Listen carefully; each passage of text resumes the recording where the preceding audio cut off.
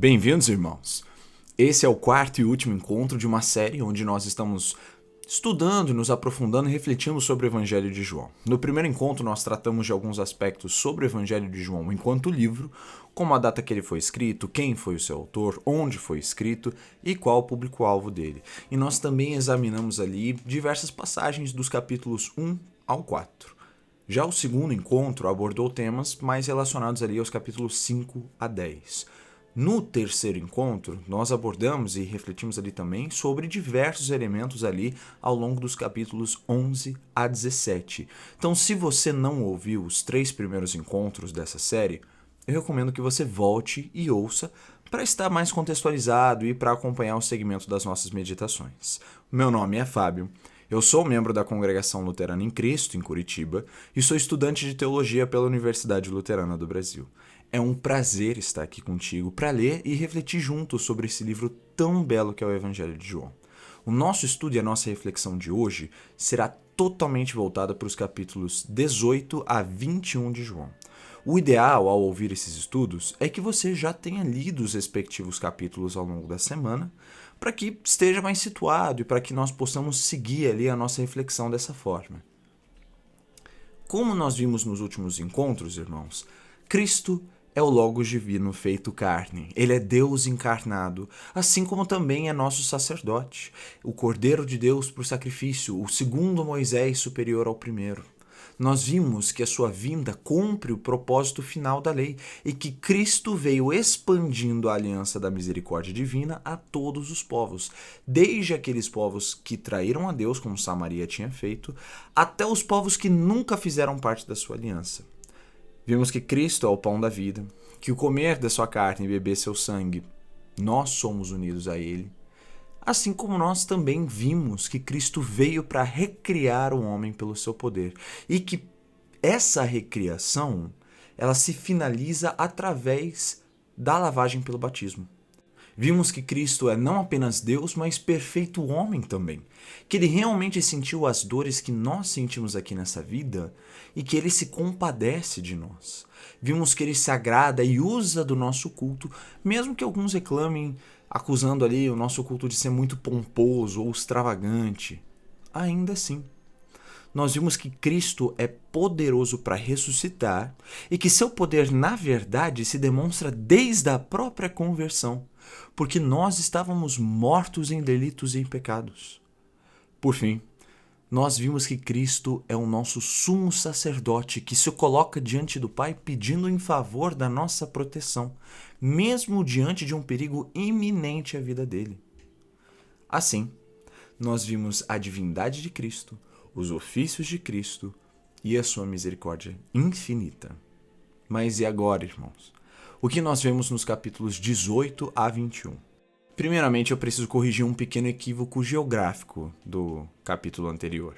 Eu tinha dito que Jesus fez a sua oração sacerdotal no jardim do Getsemane, mas o texto de João 18 esclarece que Jesus, apesar de realmente já ter se retirado do cenáculo da última ceia no final do capítulo 14, ainda não tinha chegado ao Getsemane quando fez a oração que nós estudamos.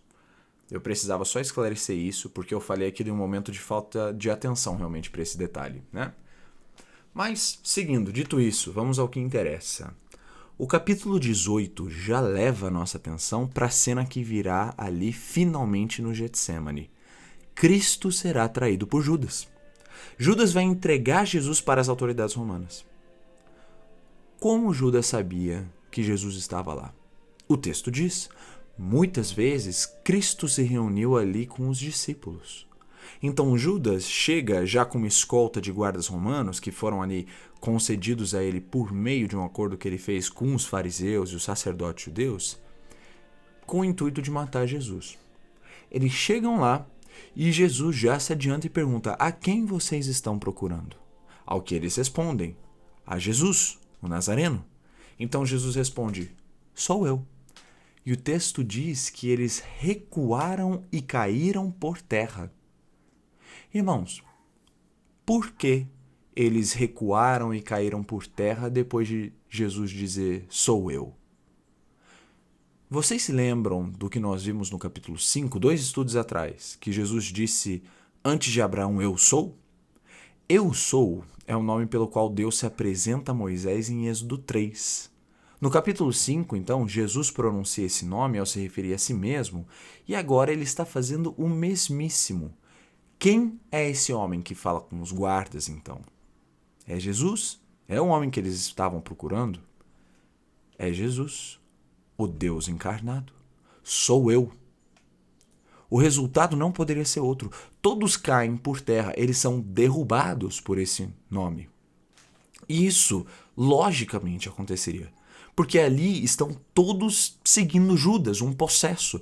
Eles estão todos servindo como uma força à disposição de Satanás. Eis que Cristo demonstra, então, quem ele realmente é: Deus. Satanás não vem para derrotá-lo, não vem para dominá-lo. Ele poderia encher o peito de Judas por toda a caminhada até o jardim. Mas, ao se deparar com Cristo e ouvir que ele é Deus, Satanás e todos os seus lacaios caem ali mesmo e são lembrados de quem eles estão desafiando ali. Esse é o poder de Cristo. O mencionar do seu nome e da sua divindade já espanta os demônios. Nós poderíamos passar o dia inteiro aqui refletindo sobre a autoridade de Cristo, sendo esse trecho, sinceramente, só mais uma dentre as inúmeras passagens que atestam quem ele é.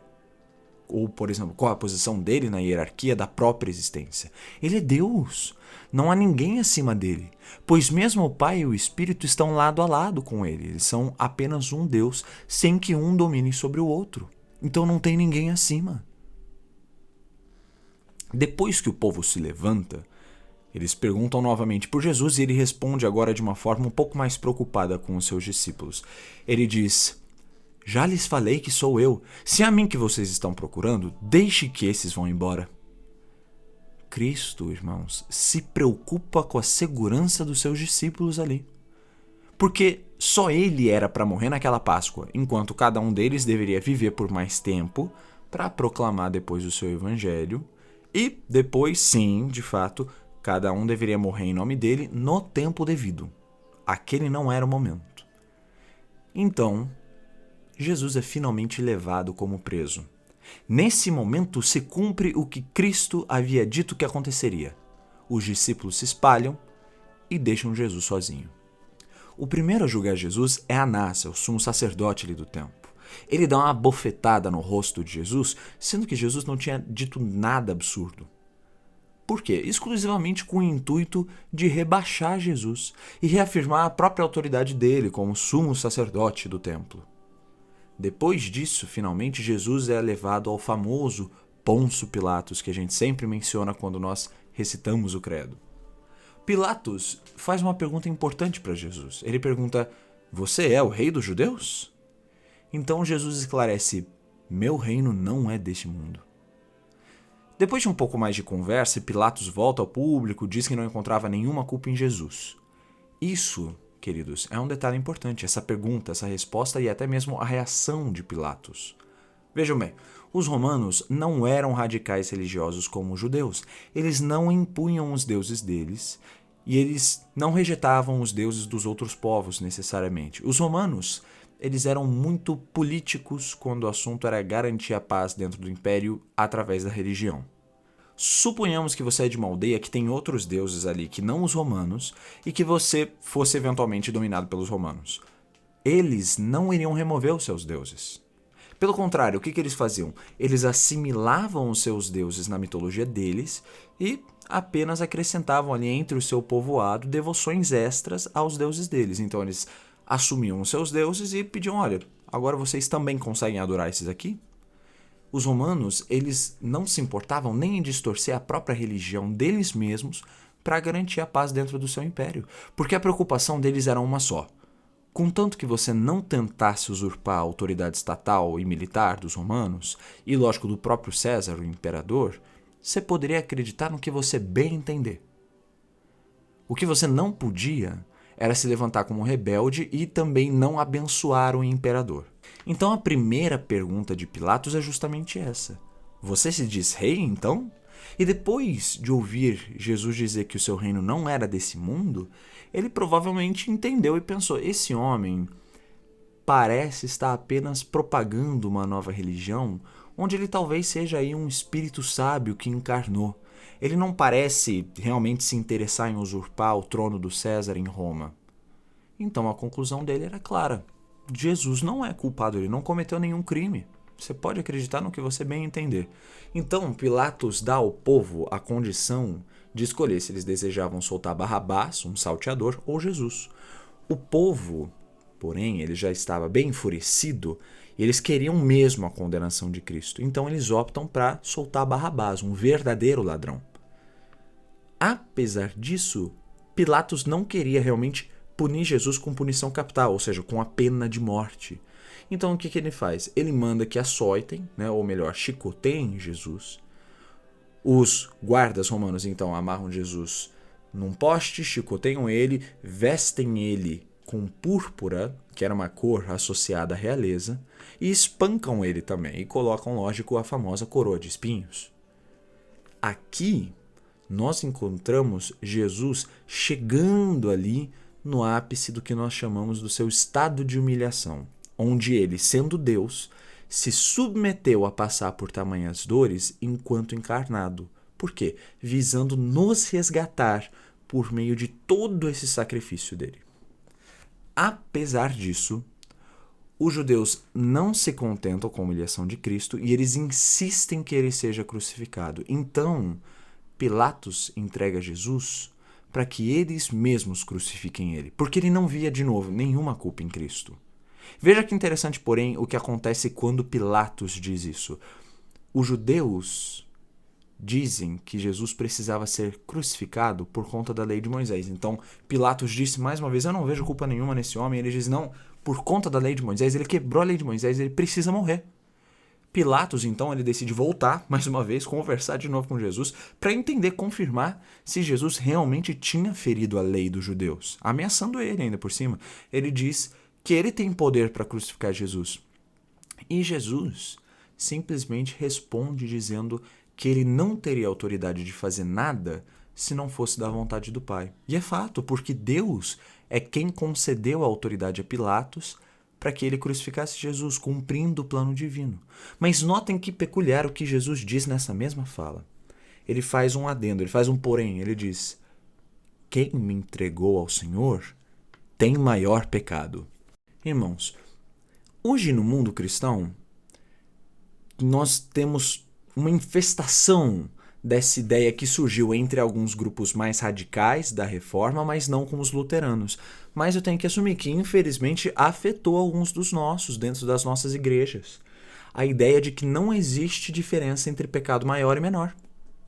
Aqui o nosso Senhor deixa claro que existe. Quem me entregou ao Senhor tem maior pecado. É claro, todo pecado é passível da condenação eterna do inferno, mas isso não significa que não existam pecados maiores que outros. Algumas vezes, ou melhor, muitas vezes, alguns, eles tentam afirmar que não há diferença entre pecadão e pecadinho, pecado maior e pecado menor, com o intuito de não deixar, lógico, que os outros pensem que existam pecados aceitáveis. É fato, não existe. Realmente, não existem pecados aceitáveis, mesmo que sejam menores. Mas, irmãos, não é por isso que nós devemos apelar para isso, que na realidade é uma inverdade. Porque o que acontece muitas vezes quando nós falamos isso, e agora, irmãos, eu falo isso porque eu já ouvi muitos jovens se explicarem desse jeito, contarem porque saíram da igreja desse jeito. Quando alguns falam isso, o que acontece é que alguém que é cristão vai, comete um pecado menor e pensa, bom, já que não existe diferença, eu já pequei, eu vou logo para os afinais. E acaba fazendo o quê? Cometendo um pecado maior ainda, crendo que já era suficientemente culpado e, portanto, não fazia mais diferença? Claro que faz. O que a pessoa pensa naquele momento? Ela pensa, bom, agora que eu já sujei o pé na lama, vamos lá. E faz o quê? Enfia a perna inteira. Irmãos, nós não podemos deixar isso acontecer. O Senhor deixa claro aqui que existem sim pecados maiores e mais graves. Mas continuemos depois desse breve parêntese. Há uma longa troca de indas e vindas entre Pilatos e os judeus sobre o que fazer com Jesus.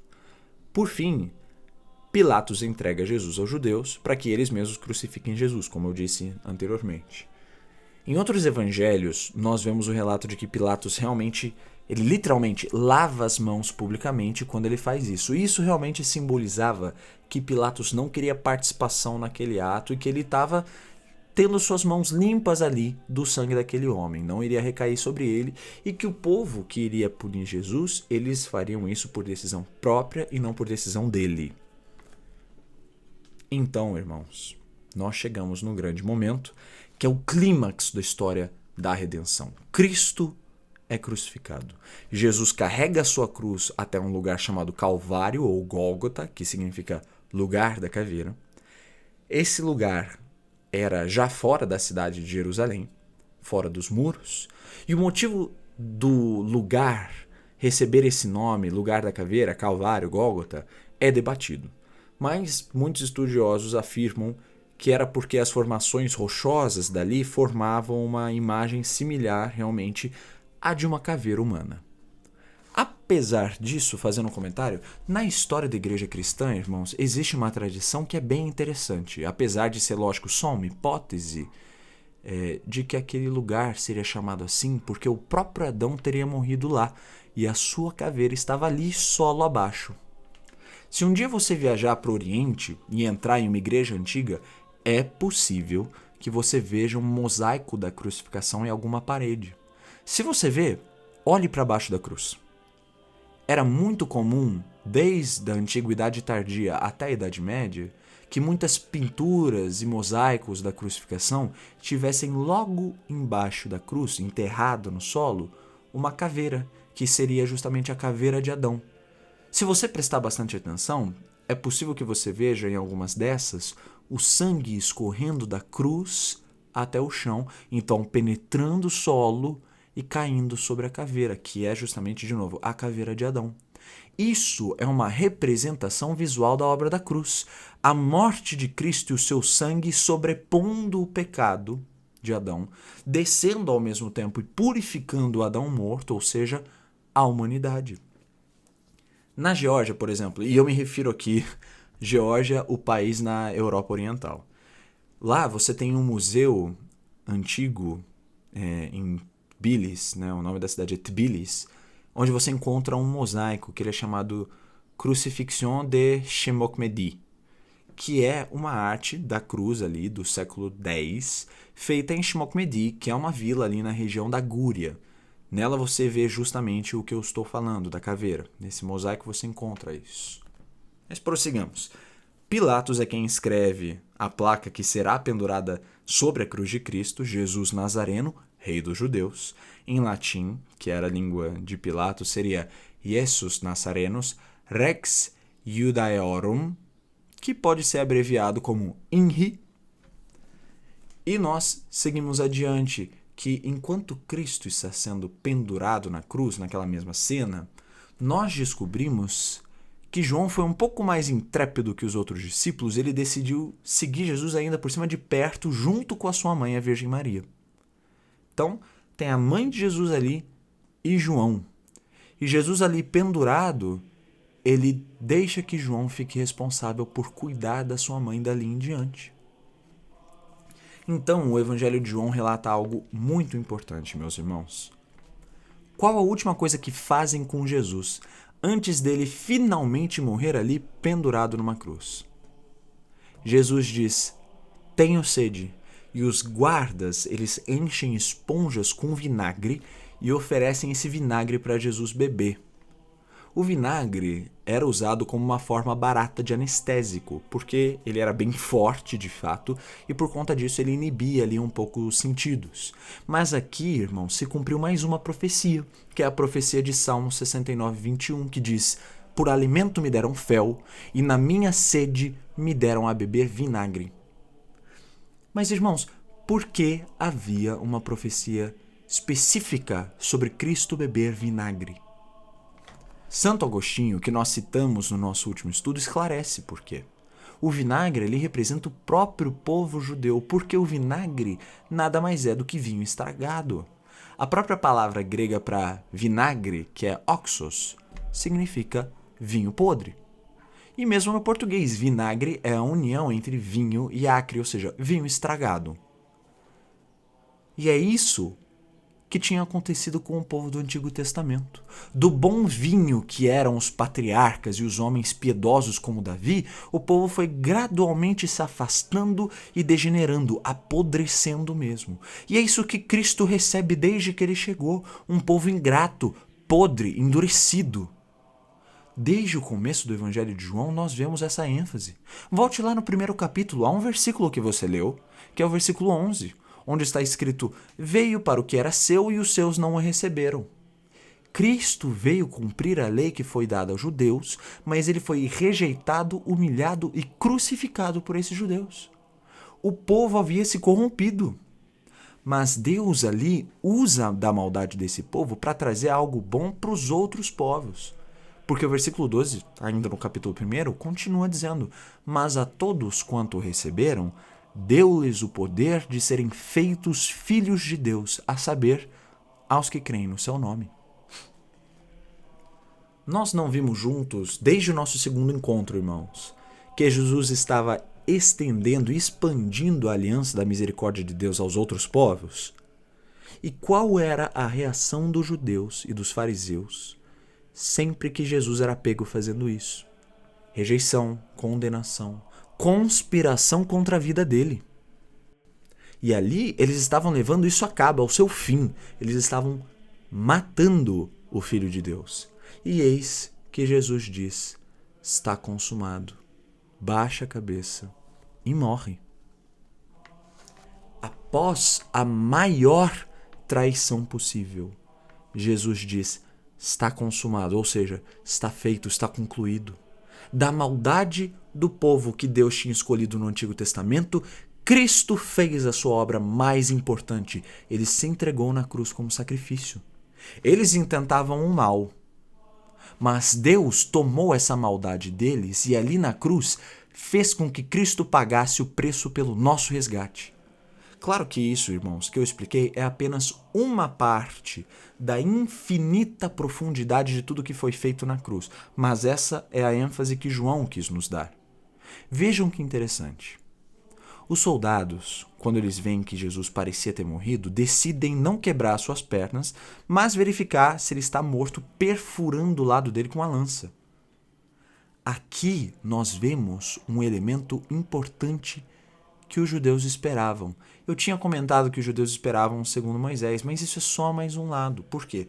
Os judeus esperavam que com a vinda do Messias aconteceria um novo êxodo completo. Então era necessário um segundo Moisés, uma segunda Páscoa, ou seja, o sacrifício de um novo cordeiro que livraria o povo da morte, assim como ao passar o sangue do cordeiro nas portas durante a primeira Páscoa no Egito, o povo foi livrado da morte. Eles esperavam também um novo maná, ou seja, um novo alimento para alimentar eles no deserto, até chegar a um novo destino final, a nova terra prometida. Nós temos aqui o elemento da segunda Páscoa.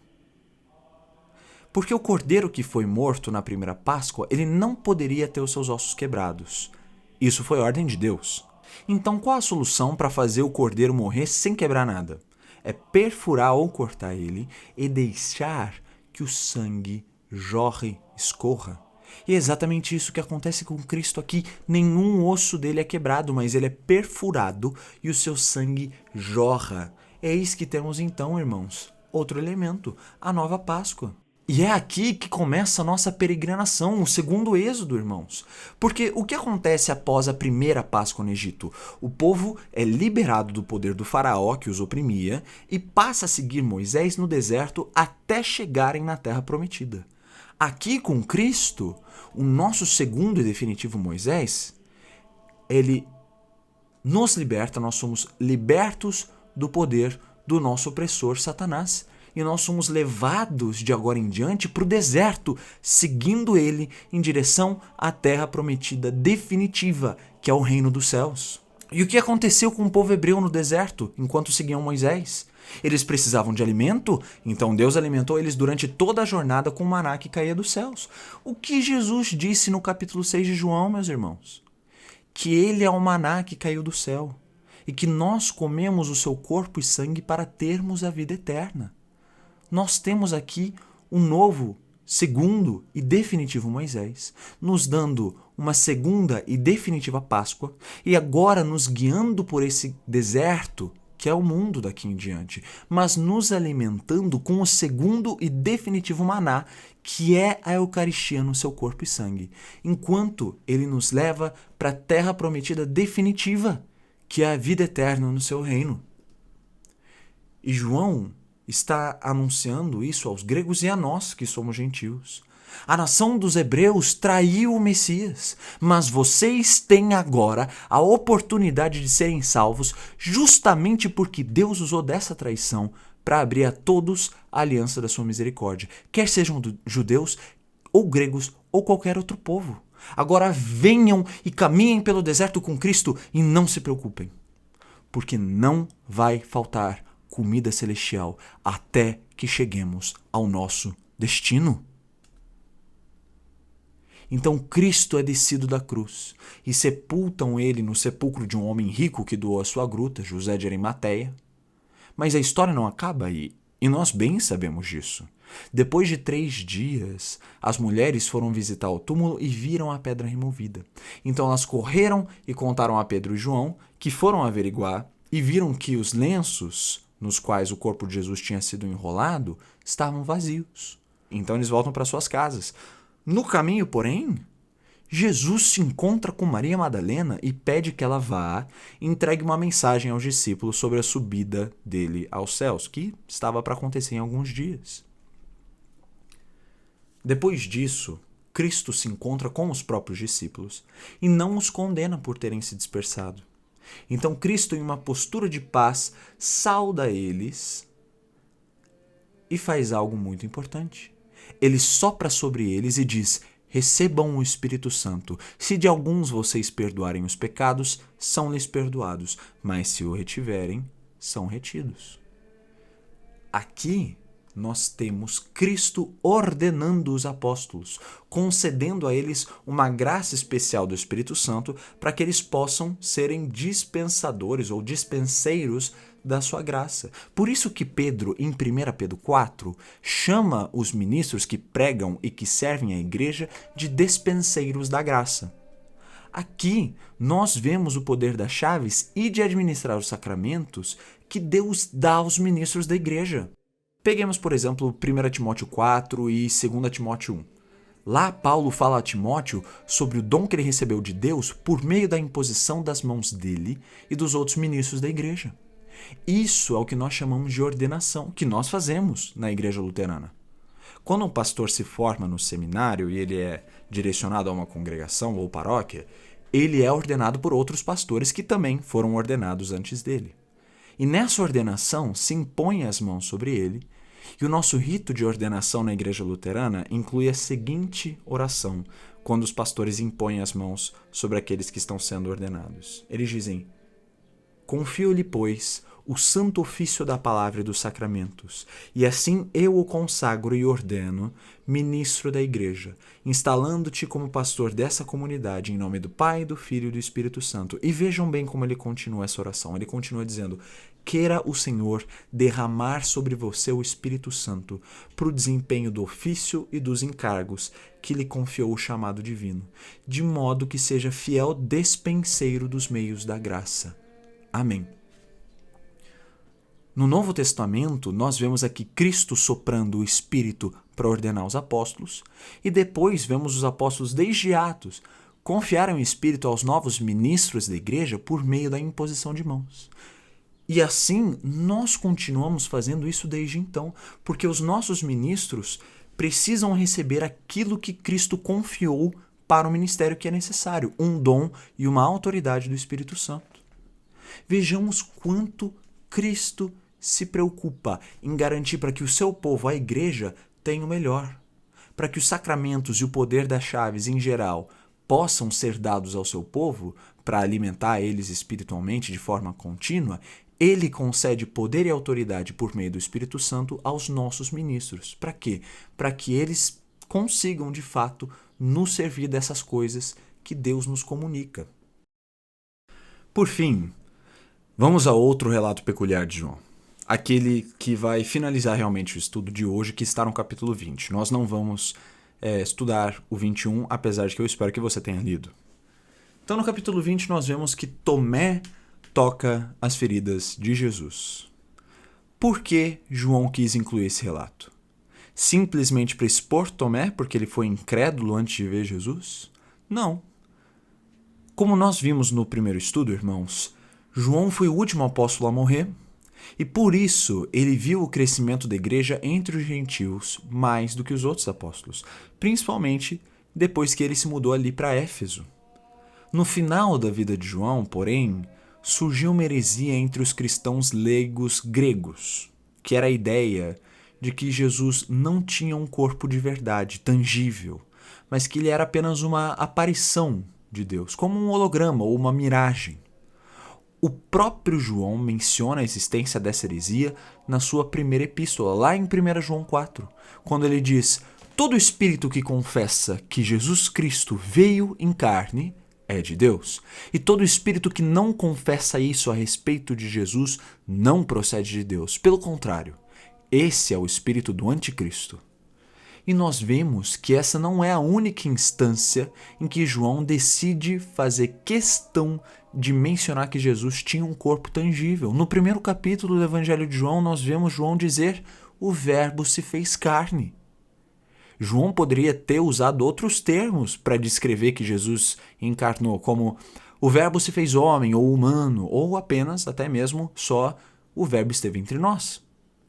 Mas ele quis usar justamente, claramente, o termo carne, para deixar inquestionável que Jesus tinha, de fato, um corpo real, tangível. E por isso que no final ele também inclui de novo agora Tomé tocando o corpo de Jesus. Mesmo o corpo glorificado. Em nenhum momento Jesus torna-se intangível, meus irmãos. Mas vejam que interessante o que nós também conseguimos aprender com isso. Jesus ressuscitou e foi glorificado no seu corpo real, tangível, com as chagas da cruz. Nós também teremos o mesmo destino se seguirmos a Ele. Os nossos corpos atuais serão glorificados. Nós não seremos eternamente como espíritos sem corpo e nem receberemos um corpo estranho novo. Mas é o nosso corpo atual que será ressurreto e aperfeiçoado, glorificado. Nós tomamos parte no Cristo crucificado desde o batismo, para que também tomemos parte na sua ressurreição. Isso é o que Paulo fala em Romanos 6.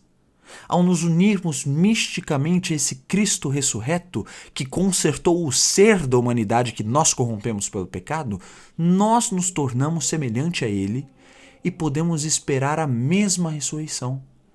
Eis quão grande é a nossa esperança. Temos um destino final glorioso que nos foi concedido por Cristo, e participando nele é que nós somos levados a esse destino. Tomé toca as chagas do Cristo ressurreto e no final do Evangelho, então, nós somos levados novamente para o começo. O Verbo se fez carne. Esse Cristo, irmãos, esse Cristo que é Deus encarnado, poderoso contra as forças do inimigo e que derruba o inimigo pelo poder do seu nome. Esse Cristo que usou da traição do seu povo para que por meio dessa todos os povos possam ser beneficiados. Esse Cristo que abriu para nós a aliança da misericórdia por meio do seu sacrifício. Esse Cristo que é o novo Moisés, a nova Páscoa, que nos dá a si mesmo como novo maná e nos leva ao seu reino eterno como nova terra prometida. Esse Cristo que equipou os ministros da igreja para que por meio dele eles possam nos alimentar espiritualmente. Esse Cristo que ressuscitou em carne e nos mostrou o destino glorificado que os nossos corpos terão por meio da participação nele. Esse é o Cristo que celebramos, é o Cristo que aguardamos voltar durante todo o advento. E esse Cristo é que nós vamos celebrar na próxima semana por meio do Natal. Finalizado esse momento, irmãos, recomendo que abram a descrição do vídeo aqui ou vão até o grupo da congregação no WhatsApp e cliquem no link para preencher o quiz do estudo de hoje. Basta clicar no link, preencher o seu nome completo, responder as perguntas na tela com a opção correta e enviar a sua resposta. Lembrando que é permitido responder ao quiz apenas uma vez por pessoa. Irmãos, foi um prazer estar aqui com vocês e estudar o Evangelho de João. Deus os abençoe.